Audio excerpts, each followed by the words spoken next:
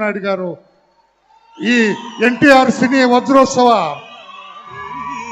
ముగింపు వేడుకలకు అమూల్యమైన సందేశం ఇవ్వాల్సిందిగా కోరుతున్నాం మాన్యశ్రీ నారా చంద్రబాబు నాయుడు గారు.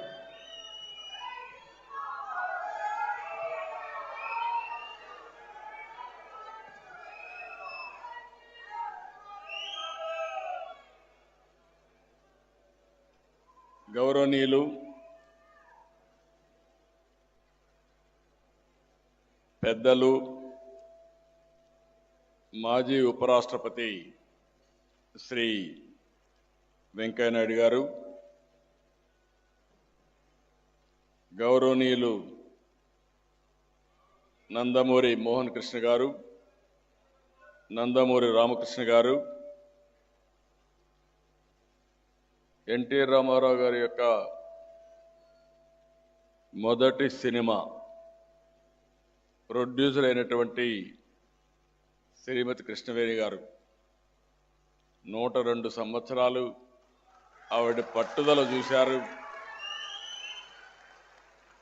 ఎట్టి పరిస్థితుల్లో ఈ మీటింగ్కి రావాలని పట్టుదలతో రావడమే కాకుండా వచ్చినప్పటి నుంచి చూస్తున్నాను ఎలాంటి డిస్టర్బెన్స్ లేకుండా కూర్చోగలిగారంటే అది ఆవిడ జీవితంలో సాధించిన ఏకైక విజయం ఒక క్రమశిక్షణ, ఒక పట్టుదల. అలాంటి పెద్దలు శ్రీమతి కృష్ణవేణి గారికి, పార్లమెంట్ సభ్యులు కేసినేని చిన్ని గారు, ఇంకొక పక్కన సినీ ప్రముఖులందరూ వచ్చారు. దగ్గుపాటి సురేష్ గారు, మాజీ పార్లమెంట్ సభ్యురాలు శ్రీమతి జయప్రద గారు, శ్రీమతి ప్రభ గారు, శ్రీమతి శ్యామల గారు, ఆదిశేషగిరిరావు గారు, కెఎస్ రామారావు గారు, ఈ కార్యక్రమాన్ని సమర్థవంతంగా నిర్వహించినటువంటి కార్యనిర్వాహకులు టిడి జనార్దన్ గారు, సహచార మంత్రివర్గ సభ్యులు పార్సారథి గారు, గౌరవ శాసనసభ్యులు గద్దె రామ్మోహన్ రావు గారు, బోడే ప్రసాద్ గారు, యార్లగడ్డ వెంకట్రావు గారు, శ్రీరామ్ రాజగోపాల్ తాతయ్య గారు, వర్ల కుమార్ రాజా గారు, కాగితం కృష్ణప్రసాద్ గారు, తంగిరాల సౌమ్య గారు, ఈరోజు సమర్థవంతంగా ఈ కార్యక్రమాన్ని నిర్వహిస్తున్నటువంటి వర్ల రామయ్య గారు, ఇంకొక పక్కన ఈ కార్యక్రమానికి చేసినటువంటి అతిరథులకు, అదే మరి సభికులకు, ఎన్టీఆర్ అభిమానులందరికీ పేరు పేరున మనస్ఫూర్తిగా అభినందనలు. ఎన్టీఆర్ లిటరేచర్ కమిటీకి మనస్ఫూర్తిగా అభినందనలు. వారు లేకపోతే ఈ కార్యక్రమం లేదు. చాలా సమర్థవంతంగా నిర్వహించారు. వారిని మనస్ఫూర్తిగా అభినందిస్తున్నాను. ఈరోజు ఎన్టీఆర్ వజ్రోత్సవ వేడుక, ఇది ఒక అపూర్వ ఘట్టం. గత సంవత్సరం ఎన్టీఆర్ శత జయంతి వేడుకలు జరుపుకున్నాం. సంవత్సరం అంతా కూడా జరిపాం. ఒక్కొక్కసారి ఒక యుగ పురుషుడు పుట్టినప్పుడు ఏ విధంగా చరిత్ర మరిచిపోదో దానికి ఉదాహరణే నందమూరి తారక రామారావు గారని చెప్పి మీకు తెలియజేస్తున్నా. ఒక దేశంలో కాదు, ప్రపంచంలో అనేక దేశాల్లో ఆయన యొక్క శత జయంతి ఉత్సవాలు జరుపుకున్నాం. ఈరోజు మళ్ళీ 75 సంవత్సరాలు సినీ వజ్రోత్సవ వేడుక చేసుకోవడం, ఈరోజు మనం అందరం కలిసి మళ్ళీ ఒకసారి మాట్లాడుకోవడం చాలా సంతోషం. ఇప్పటికే చాలామంది మాట్లాడారు. మీరు కూడా బాగా టైం కూడా అయింది. నా తర్వాత కూడా మళ్ళీ వెంకయ్యనాయుడు గారు మాట్లాడాలి. అందుకని నేను బ్రీఫ్గానే మాట్లాడతాను. కానీ ఆ బ్రీఫ్గా మాట్లాడినప్పుడు కొన్ని విషయాలు చెప్పాల్సిన అవసరం ఉంటుంది. ఒక యుగ పురుషుడు అరుదుగా పుడతారు. మనకు తెలిసిన, మనము చూసిన ఏకైక యుగ పురుషుడు నందమూరి తారక రామారావు గారని చెప్పి మీకు తెలియజేస్తున్నా. ప్రపంచంలో ఎక్కడికి వెళ్ళినా తెలుగు జాతి పేరు ఇంటేనే గుర్తు వచ్చే ఏకైక వ్యక్తి ఎన్టీఆర్. చరిత్ర ఉన్నంత వరకు తెలుగువారి గుండెల్లో ఉండే ఏకైక వ్యక్తి ఎన్టీఆర్ అని చెప్పి కూడా నేను మీకు తెలియజేస్తున్నా. అచ్చ తెలుగుదనం, తెలుగువాడి ఆత్మగౌరవం రెండింటికి అర్థం ఎన్టీఆర్. ఒక చిన్న రైతు బిడ్డ నుంచి తెలుగు సినీ చరిత్రలో ఒక ఎవరెస్ట్గా ఎదగడం, 9 నెలల్లోనే పార్టీ పెట్టి ముఖ్యమంత్రి కావడం చరిత్రలో ఎక్కడా జరగలేదు. భవిష్యత్తులో కూడా జరుగుతుందనే నమ్మకం కూడా లేదు, జరగదు. ఇటు వెండి తెరను కానీ అటు రాజకీయాలు ఏలిన ఏకైక నాయకుడు భారతదేశ చరిత్రలో ఒక్క ఎన్టీఆర్ అని చెప్పి కూడా నేను మీకు తెలియజేస్తున్నా. రంగం ఏదైనా ఆయన అడుగుపెట్టిన ప్రతి చోట సువర్ణ అధ్యయనమే. ఎన్టీఆర్ నటించే తొలి చిత్రం మన దేశం. విడుదలై 75 సంవత్సరాలు. 75 సంవత్సరాలైనా ఆయన లేకపోతే మనం ఈరోజు జరుపుకుంటున్నామంటే అది ఎన్టీఆర్ అని చెప్పి కూడా నేను మీకు తెలియజేసుకుంటున్నా. ఒక్కొక్కసారి యుగ పురుషుల చరిత్ర కూడా మనం నెమరు వేసుకోవాలి, గుర్తు చేసుకోవాలి, స్ఫూర్తిని తీసుకోవాల్సిన అవసరం ఉంది. ఒక పల్లెటూరులో నిమ్మకూరులో శ్రీమతి వెంకట్రావమ్మ లక్ష్మయ్య చౌదరి దంపతులకి 1923 మే 25న జన్మించిన యుగ పురుషుడు, కారణ జన్ముడు ఎన్టీఆర్ అని చెప్పి కూడా నేను మీకు తెలియజేస్తున్నా. ఆయన చరిత్ర చూసినప్పుడు మీరు ఎవరైనా సరే, నేను ఆయనతో కలిసి చాలాసార్లు మాట్లాడినప్పుడు అప్పుడప్పుడు కొంచెం ఆయన హిస్టరీ అంతా చెప్పేవారు నాకు. ఏ విధంగా ఆయన చరిత్రలో జరిగిన సంఘటనలన్నీ కూడా చదువు కోసం విజయవాడకు రావడం, విజయవాడ నుంచి ఆ రోజుట్లో మనం చూస్తే తెల్లవారితో నిద్రలేసి తల్లికి సహాయంగా పాలు ఉత్పత్తి చేస్తే అవి తీసుకుపోయి ఎక్కడి వాళ్ళందరికీ అమ్మి తర్వాత గుంటూరుకి పోయి చదువుకొని వచ్చినటువంటి కష్టపడిన వ్యక్తి ఎన్టీ రామారావు గారు. ప్రతి ఒక్కరి జీవితాలు, ఏ జీవితం చూసుకున్నా మీరు గుర్తుపెట్టుకోవాల్సింది, చిన్నప్పుడు కష్టాల్లోనే పుడతాం, తర్వాత మన శక్తిని బట్టి, మన సామర్థ్యాన్ని బట్టి మన జీవితాన్ని మలుచుకునే పరిస్థితి వస్తుంది. 1945లో మద్రాసు రైలు ఎక్కాక ఎన్టీఆర్ జైత్ర యాత్ర ప్రారంభమైంది. ఆయన కూడా సినిమాల్లో మీరు చూశారు, నెలవారీగా జీతం కోసం సెటిల్ అయ్యాడు ఫస్ట్ టైం. అంటే ప్రతి ఒక్కరి జీవితాలు చూసినప్పుడు ఒక ఆశ్చర్యంగా ఉంటాయి. అలాంటి జీవితాన్ని ప్రారంభించి మళ్ళీ చూస్తే ఆ రోజు మద్రాసు వచ్చిన తర్వాత ఎల్వి ప్రసాద్ గారు, నాగిరెడ్డి గారు, చక్రపాణి గారు మొదటిసారి సహకరించడం, సినిమాల్లో అవకాశం ఇవ్వడం. ఆ తర్వాత మనం ఒక్కసారి చూస్తే సాంఘిక, పౌరాణిక, జానపద, చారిత్రక పాత్రలో నటించి ప్రాణం పోశారు. 300 సినిమాల్లో నటించారు. ఏడాదికి 10-15 సినిమాలు.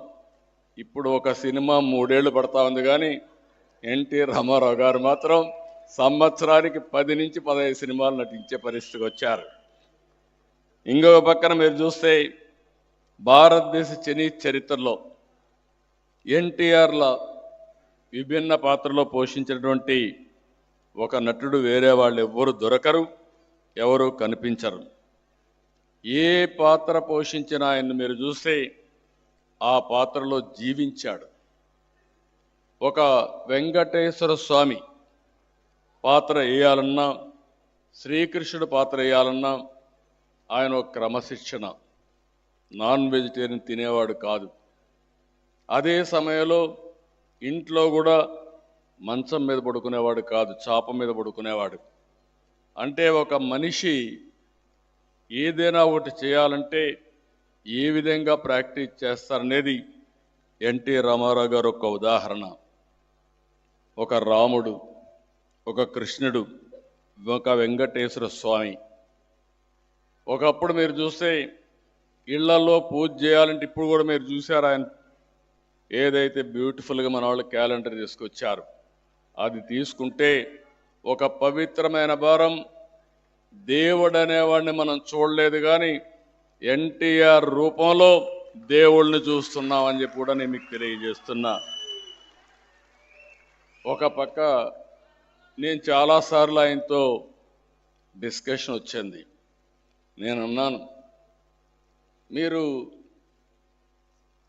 ఒక పక్కన శ్రీరాముడిగా యాక్ట్ చేస్తారు, ఇంకొక పక్కన రావణాసురుడిగా యాక్ట్ చేస్తారు, ఏ విధంగా సమర్థిస్తారని అడిగాను.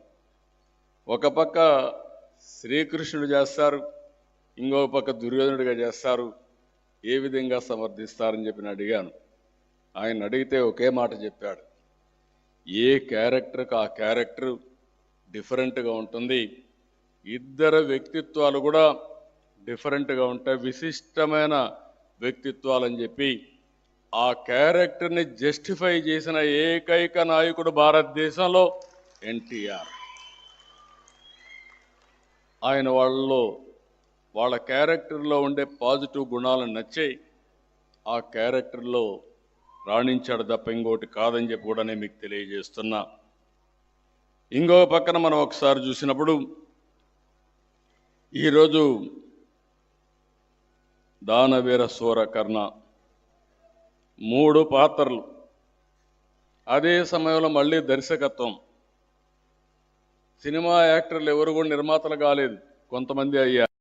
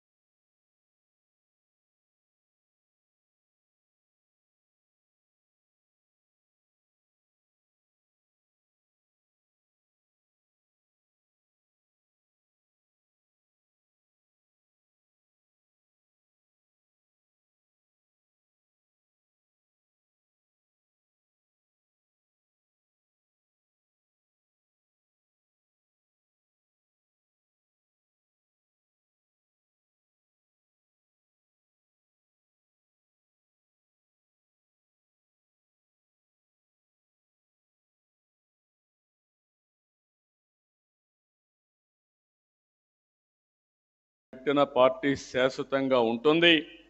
తెలుగు జాతి ఉన్నంత వరకు నందమూరి తారక రామారావు గారు పెట్టిన తెలుగుదేశం పార్టీ చిరస్థాయిగా ఉంటుందని చెప్పి కూడా నేను హామీ ఇస్తున్నా. ఈరోజే మీ అందరూ కూడా చూస్తే మేము ఆన్లైన్లో మెంబర్షిప్ చేస్తూ ఉంటే 73 లక్షల మంది ఇప్పటికీ మెంబర్స్ అయ్యారు. అది తెలుగుదేశం పార్టీ శక్తి సామర్థ్యం అని చెప్పి కూడా నేను మీకు తెలియజేస్తున్నాం. తెలుగు జాతి ఆత్మ గౌరవం అన్నా, తెలుగు జాతి పౌరుషం అన్నా గుర్తొచ్చే నాయకుడు ఎన్టీ రామారావు గారు. దానికి అనేక కారణాలు ఉన్నాయి. మహిళలకు మొదటిసారి ఆస్తి హక్కు ఇచ్చిన ఏకైక నాయకుడు ఎన్టీఆర్. ఈరోజు ఏ ఆడబిడ్డ అయినా సరే తల్లిదండ్రులు అన్యాయం చేస్తే ధైర్యంగా కోర్టుకెళ్ళి ఫైట్ చేసే శక్తి మీకుంది. మీకు ఆస్తి హక్కు ఇచ్చిన వ్యక్తి ఎన్టీఆర్ అని చెప్పి కూడా నేను మీకు తెలియజేస్తున్నా. అంత మునుపు సంక్షేమ కార్యక్రమాలే తెలియవు. ఎన్టీఆర్ గారు రాకమునుపు మనం చూసి ఎన్టీఆర్ రాజకీయాలకు రాకమునుపు రాజకీయాలంటే ఏదో పరిపాలన, ప్రభుత్వం అంటే పెత్తందారి వ్యవస్థగా ఉండేది. అలాంటిది మనం చూస్తే కూడు గూడు గుడ్డ నినాదంతో పాలనకి నూతనమైన అర్థం ఇచ్చిన వ్యక్తి నందమూరి తారక రామారావు గారు. ఫస్ట్ టైం దేశంలో రాజకీయాల్లో మహిళలకు రిజర్వేషన్లు పెట్టిన వ్యక్తి ఎన్టీ రామారావు గారు.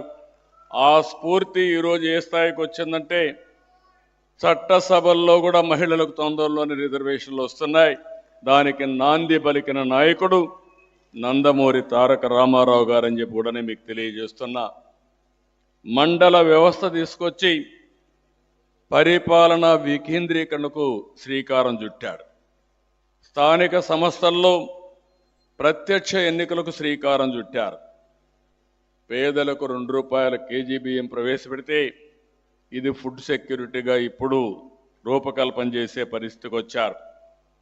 మామూలుగా ఒక ప్రాంతీయ పార్టీ జాతీయ స్థాయిలో ఎప్పుడు కూడా ప్రముఖమైన పాత్ర వహించరు. అలాంటిది మీరు చూస్తే ఎన్టీ రామారావు గారు తెలుగుదేశం పార్టీ పెట్టి ఢిల్లీని గజగజలాడించి అక్కడ పార్టీని ఓడించి నేషనల్ ఫ్రంట్ను అధికారంలోకి తీసుకొచ్చిన వ్యక్తి ఎన్టీఆర్. నాకు ఇక్కడే వెంకయ్యనాయుడు గారు ఉన్నారు. ఆగస్టు క్రైసిస్లో ఆ రోజు ఎన్టీ రామారావు గారిని దించేస్తే వెంకయ్యనాయుడు గారు వీళ్ళందరూ వచ్చి 30 రోజులు వెంకయ్యనాయుడు గారు రోడ్ల మీదకి వచ్చి మళ్ళా ఎన్టీ రామారావు గారిని ముఖ్యమంత్రి వరకు కృషి చేసిన వ్యక్తి వెంకయ్యనాయుడు గారు అని చెప్పి నేను మీకు తెలియజేస్తున్నా. ఆల్ అపోజిషన్ పార్టీస్ని కూడగట్టిన వ్యక్తి. నాకు చాలా సందర్భంలో చూశాను. మా అందరికంటే వెంకయ్యనాయుడు గారిని ఎన్టీ రామారావు గారు ఎక్కువగా అభిమానించేవారు.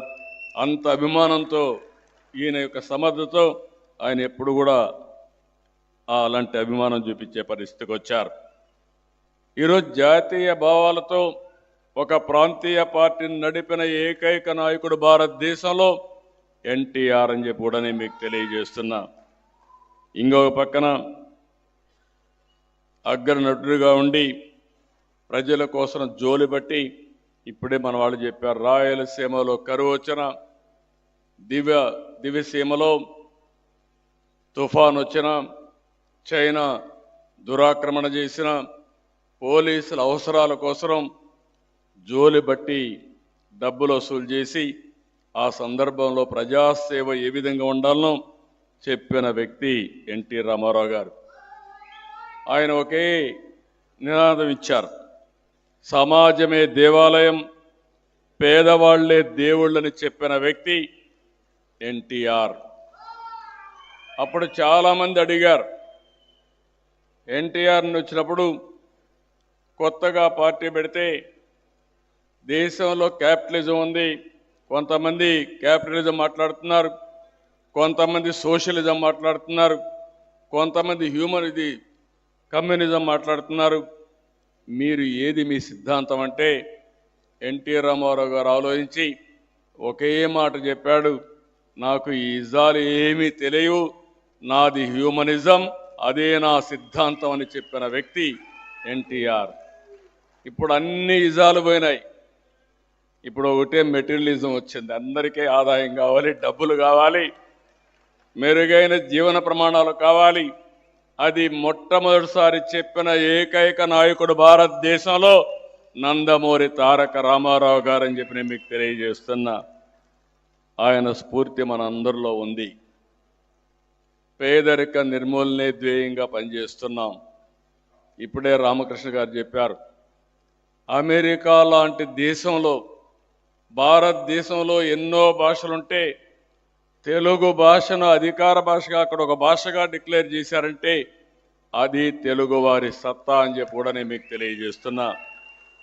ఈ సందర్భంగా నిన్ననే మేము ఎన్టీ రామారావు గారి స్ఫూర్తితో స్వర్ణ ఆంధ్రప్రదేశ్ విజన్ 2047ని లాంచ్ చేశాం. ఇందులో మీరు చూస్తే మీ అందరూ కూడా ఇక్కడ ఉన్నారు.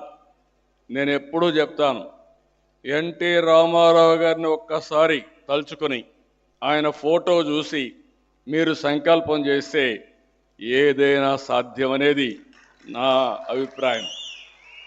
ఆయన స్ఫూర్తి మనలో ఉంది, ఆయన ఆశీస్సులు మనలో ఉన్నాయి. కానీ మనం ఆలోచించాల్సింది ఆయన ఆలోచించుకొని ఏదో ఒక 5 నిమిషాలు పొగిడి ఇంటికి పడుకునేది కాదు. ఆయన తలుచుకొని మీరు ఏమి కావాలి అనుకుంటే అది అయ్యే ఆశీస్సులు, స్ఫూర్తి ఎన్టీ రామారావు గారి దగ్గర నుంచి మీరు పొందే అవకాశం ఉంది. అందుకే నేను నిన్న కూడా ఒక 3 సిద్ధాంతాలతో 10 ప్రిన్సిపల్స్తో ఈ విజన్ డాక్యుమెంట్ తీసుకొచ్చాం. ఆ విజన్ డాక్యుమెంట్లో మీరు ఒకసారి చూస్తే వెల్తీ, హెల్తీ, హ్యాపీ సొసైటీలో ఉండాలనేది నా సంకల్పంగా ఒక విజన్ డాక్యుమెంట్ తీసుకొచ్చాం.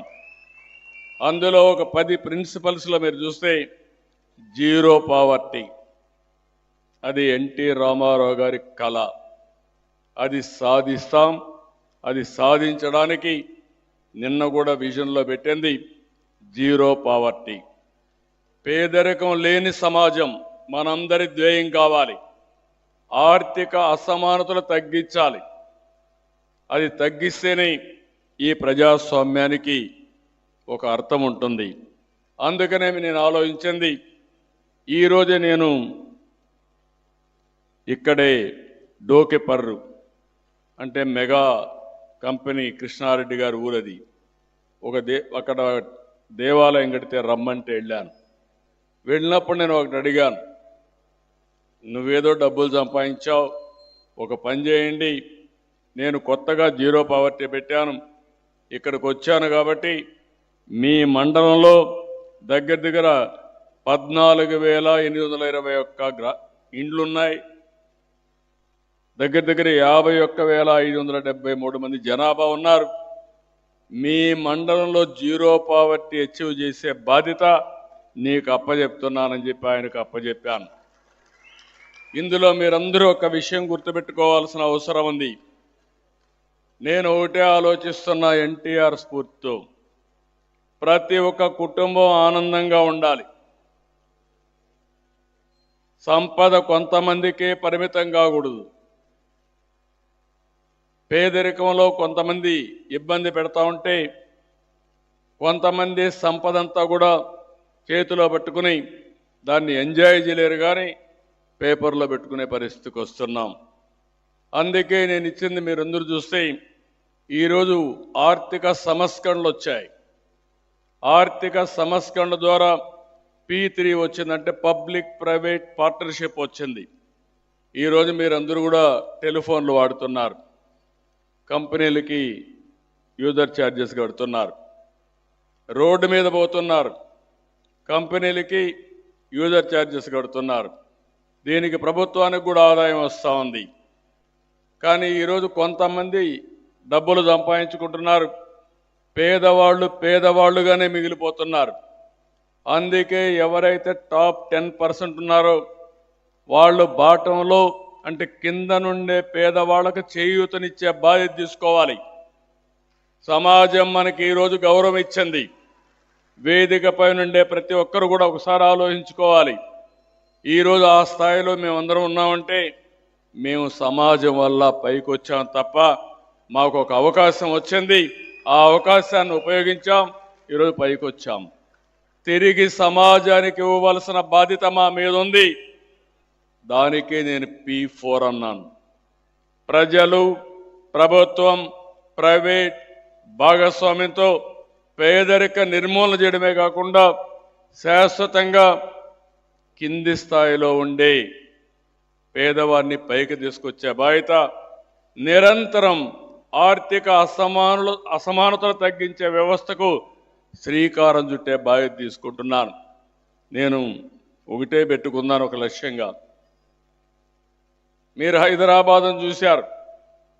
నిన్న కూడా పవన్ కళ్యాణ్ గారు ఒక మాట అన్నారు, మేము హైదరాబాద్ని రాళ్ళు రప్పలు చూసాం, ఏదో జూబ్లీ హిల్స్ అవతల పోతే ఇప్పుడు ఏదైతే సైబరాబాద్ ఉందో అక్కడ, కానీ అక్కడ మాత్రం మీరు ఒక సింగపూర్ని లేకపోతే ఒక న్యూయార్క్ని చూసి ఈ విధంగా ఉండాలని మీ మైండ్లో రూపకల్పన చేసుకుని దాన్ని అమలు చేశారని చెప్పారు. అది వాస్తవం. ఈరోజు నేను ఒకటే చూస్తున్నాను, 2047కి భారతీయులు ప్రపంచంలో ఏ దేశంలో ఉన్నా నెంబర్ 1గా ఉంటారు. జూయిష్ కాదు, అమెరికన్స్ కాదు, చైనీస్ కాదు. ఎవరైతే ఆ దేశంలో సంపద కానీ ఆ దేశంలో పరపతి కానీ ఉందంటే అది భారతీయులే ఉంటారని చెప్పి ఈ సభా సందర్భంగా చెప్తున్నా. అదే సమయంలో మీరు ఒక్కసారి చూస్తే భారతీయుల్లో అగ్రస్థానంలో తెలుగుదేశం ఉంటుంది. దానికి ఏమాత్రం అనుమానం అవసరం లేదు. అదే సమయంలో నేను ఆలోచించే సంకల్పం, నరేంద్ర మోడీ గారు ఇండియాని, భారతదేశాన్ని ముందుకు తీసుకుపోవాలని ఆలోచించినప్పుడు నేను కూడా ఒక సంకల్పం, తెలుగు జాతి భారతదేశంలోనే కాకుండా ప్రపంచంలో నెంబర్ 1 జాతిగా ఉండాలనేది నా సంకల్పం. దానికి నేను కూడా ఒక నిర్దిష్టమైన ఆలోచనతో వచ్చాను. అందుకే నిన్న మాట్లాడినప్పుడు కూడా 2047కి $2.4 ట్రిలియన్ ఎకానమీ కావాలని, ఈరోజు తలసరి ఆదాయం $3,200 ఉంది. అదే అమెరికాలో తెలుగువాడు చూస్తే $120,000 సంపాదిస్తున్నాడు. అదే అమెరికాలో ఉండే అమెరికన్స్ ఆదాయం చూస్తే $60,000. అమెరికాలో ఉండే అమెరికన్స్ ఆదాయం మన పిల్లల ఆదాయంలో సగం. అది మనం గుర్తుపెట్టుకోవాల్సిన అవసరం ఉంది. కానీ ఇక్కడుండే మీ అందరి ఆదాయం చూస్తే వాళ్ళల్లో దగ్గర 40 రెట్లు మనకంటే వాళ్ళు ఎక్కువ ఉన్నారు. అంటే 3% దగ్గర. అంటే ఇక్కడ పుట్టిన పిల్లలు అమెరికాకు పోయి ఉపాధి కోసం ఈరోజు బ్రహ్మాండంగా రాణించారు. అందుకే నేను కూడా ఒక సవాలుగా తీసుకొని రాబోయే 14 సంవత్సరాల్లో మీ ఆదాయం $42,000 తలసరి ఆదాయం ఉండాలనేది నా కోరిక. $42,000 అంటే ఇంటూ డాలర్ మారుతూ ఉంటుంది కదా, రూపాయికి 80-85 రూపాయలు ఉంటుంది. ఆ వ్యవస్థ వచ్చినప్పుడు ఏ కొద్ది మందికో ఆదాయం రావడం కాదు, ఎన్టీ రామారావు గారి స్ఫూర్తితో పేదరిక నిర్మూలనే కాకుండా ఆర్థిక అసమానతలు తగ్గించే బాధ్యత తెలుగుదేశం పార్టీ తీసుకుంటామని చెప్పి సందర్భంగా మీ అందరికీ హామీ ఇస్తున్నా. అందుకే ఇవన్నీ రావాలంటే క్రమశిక్షణ, ముక్కుకు సూటిగా మాట్లాడడం, నీతి నిజాయితీ, ఆత్మాభిమానం, నిరంతరం కష్టపడే తత్వం, త్యాగ నిరతి, ఇది ఎన్టీఆర్ చూపించిన స్ఫూర్తి. మనం ఒక్కరు బాగుంటే లాభం లేదు. ఆయన రాజకీయాలకు రావాల్సిన అవసరం లేదు. రారాజుగా ఎలిగాడు. 60 సంవత్సరాల తర్వాత రాజకీయాల్లోకి వచ్చి 9 నెలలు ఆయన పడిన కష్టం చూస్తే ఒక రాక్షసుడిగా పనిచేసే పరిస్థితికి వచ్చాడు. అదే ఆయన జీవిత రహస్యం అని చెప్పి కూడా నేను మీకు తెలియజేస్తున్నా. త్యాగం చేశాడు, త్యాగం జాతి కోసం చేశాడు. అలాంటి త్యాగాల ఫలితం ఈరోజు మనందరం కూడా ఆలోచించుకోవాల్సిన అవసరం ఉంది. దీన్ని లాజికల్గా తీసుకుపోయినప్పుడే ఆ మహనీయుడికి మనం అందరం కూడా ఘనమైన నివాళులర్పించిన వాళ్ళు అవుతాం. ఇప్పుడే మిత్రులను చూస్తున్నాను. ఈ డిమాండ్ ఎప్పుడూ ఉంటుంది, చేయాలి. ఎన్టీ రామారావుకి భారతరత్న ఇవ్వడం అనేది ఆయన్ను గౌరవించడం కాదు, దేశాన్ని గౌరవించుకోవడం, జాతిని గౌరవించడం. తప్పకుండా ఎన్టీఆర్కు భారతరత్న వచ్చే వరకు వదిలిపెట్టం, సాధిస్తామని మరొక్కసారి మీ అందరికీ హామీ ఇస్తున్నా. ఇది నా ఒక్కడి ఆకాంక్ష కాదు, తెలుగుదేశం పార్టీ ఆకాంక్షే కాదు, తెలుగు జాతి ఆకాంక్ష, భారతదేశంలో ప్రజల ఆకాంక్ష అని చెప్పి నేను మీకు తెలియజేస్తున్నా. అందుకని ఈరోజు ఈ సందర్భంగా మీ అందరికీ ఒకటే విజ్ఞప్తి చేస్తున్నా, ఆ మహనీయుని బాటలో పయనిద్దాం. ఆయన స్ఫూర్తి మనలో ఉంది. ప్రపంచంలోనే తెలుగు జాతిని నెంబర్ 1గా చేసే బాధ్యత నాది. జూయిష్ కాదు, ఇంకొకరు కాదు, తెలుగు జాతి అవుతారు. భారతదేశంలో నెంబర్ 1గా ఆంధ్రప్రదేశ్ని తయారు చేసుకోవాలి. దానికి కూడా మీరందరూ సంకల్పం చేయాల్సిన అవసరం ఉంది. భారత దేశ గౌరవాన్ని పెంచుదాం, తెలుగోడి సత్తా చాటుదాం. ఒకప్పుడు స్వాతంత్ర ఆ రోజు స్వాతంత్రం కోసం పోరాడితే ఆ రోజంతా కూడా మన వాళ్ళందరినీ మనం గుర్తుపెట్టుకున్నాం. రాబోయే రోజుల్లో భారతదేశం అభివృద్ధి అయినప్పుడు ఆ అభివృద్ధిలో ప్రధానంగా మనం ఉండి దేశం గర్వించే రాష్ట్రంగా, దేశం గర్వించే జాతిగా తెలుగు జాతిని మనం తయారు చేసుకోవాల్సిన అవసరం ఉంది, భవిష్యత్తు తయారు చేసుకోవాల్సిన అవసరం ఉంది. అదే ఎన్టీఆర్కి మనం ఇచ్చే ఘనమైనటువంటి నివాళులు అని చెప్పి కూడా నేను మీకు తెలియజేస్తున్నా. మనం ఏదో ఉపన్యాసాలతో కాదు, ఎన్టీఆర్ వారసులం మనం. ఆయనకు ఆయన కుటుంబమే కాదు, తెలుగు జాతి ఎన్టీఆర్ వారసత్వం. అలాంటి జాతిని ముందుకు తీసుకుపోవాలంటే మేము కొంతమంది పనిచేయడమే కాదు, మీరందరూ కూడా పైకి వచ్చినప్పుడు, సమిష్టిగా కలిసి పనిచేసినప్పుడు, ప్రపంచంలోనే నెంబర్ 1 జాతిగా తయారు చేసినప్పుడు అదే ఎన్టీఆర్కి ఘనమైనటువంటి నివాళి. దానికి ఈ సభ శ్రీకారం చుడుతుంది. తెలుగుదేశం పార్టీ అధ్యక్షుడిగా నేను ఒకటే హామీ ఇస్తున్నా, ముఖ్యమంత్రిగా ఒకటే హామీ ఇస్తున్నా, ఎన్టీ రామారావు గారి స్ఫూర్తితో తెలుగు జాతిని అంతర్జాతీయంగానే కాదు, ప్రపంచంలోనే నెంబర్ 1గా నిలబెట్టే బాధ్యత మేము తీసుకుంటాం. మీరు కూడా ముందుకు రావాల్సిందిగా మిమ్మల్ని కోరుతున్నా. అప్పుడు శాశ్వతంగా మనం ఎన్టీఆర్ వారసులం అని చెప్పి ఘనంగా చెప్పుకునే పరిస్థితి వస్తుంది.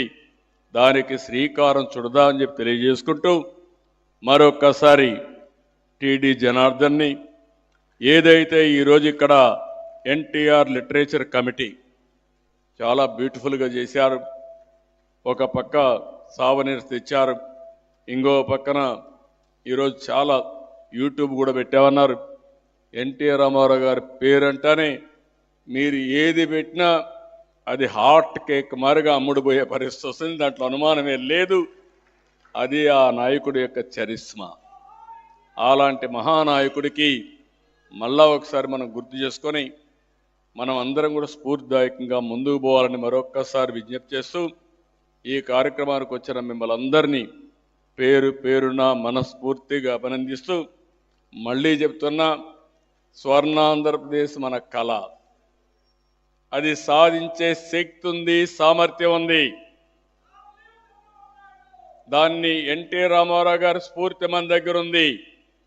స్ఫూర్తి మన దగ్గర ఉంది, ఇంట్లో పడుకుంటే కష్టం.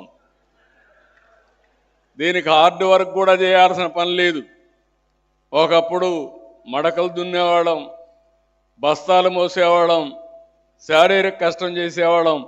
ఇప్పుడు నేను హార్డ్ వర్క్ చేయమనడం లేదు, స్మార్ట్ వర్క్ చేయమంటున్నా. ఇప్పుడు చాలా ఈజీ అయిపోయింది పని కూడా. మీ దగ్గర సెల్ ఫోన్ ఉంది, సెల్ ఫోన్తోనే పనులు చేసే పరిస్థితి వస్తూ ఉంది. ఇంట్లో కూర్చుంటే ప్రపంచం మొత్తం పనిచేసే పరిస్థితికి వస్తున్నాం. ఇంట్లో కూర్చొని డబ్బులు సంపాదించే పరిస్థితికి వస్తున్నాం. అవన్నీ నేర్పించే బాధ్యత నాది, దాన్ని ఉపయోగించుకునే బాధ్యత మీదని అప్పుడే ఎన్టీఆర్కి మనం స్ఫూర్తిదాయకమైన నివాళులర్పించడం అవుతామని చెప్పి తెలియజేసుకుంటూ ఈ సమావేశానికి వచ్చిన మిమ్మల్ని అందరినీ పేరు పేరున అభినందిస్తూ సెలవు తీసుకుంటున్నా. జోహార్ ఎన్టీఆర్, జోహార్ ఎన్టీఆర్. Thank you. ధన్యవాదాలు సార్. స్ఫూర్తిదాయకమైన సందేశం. స్వర్గీయ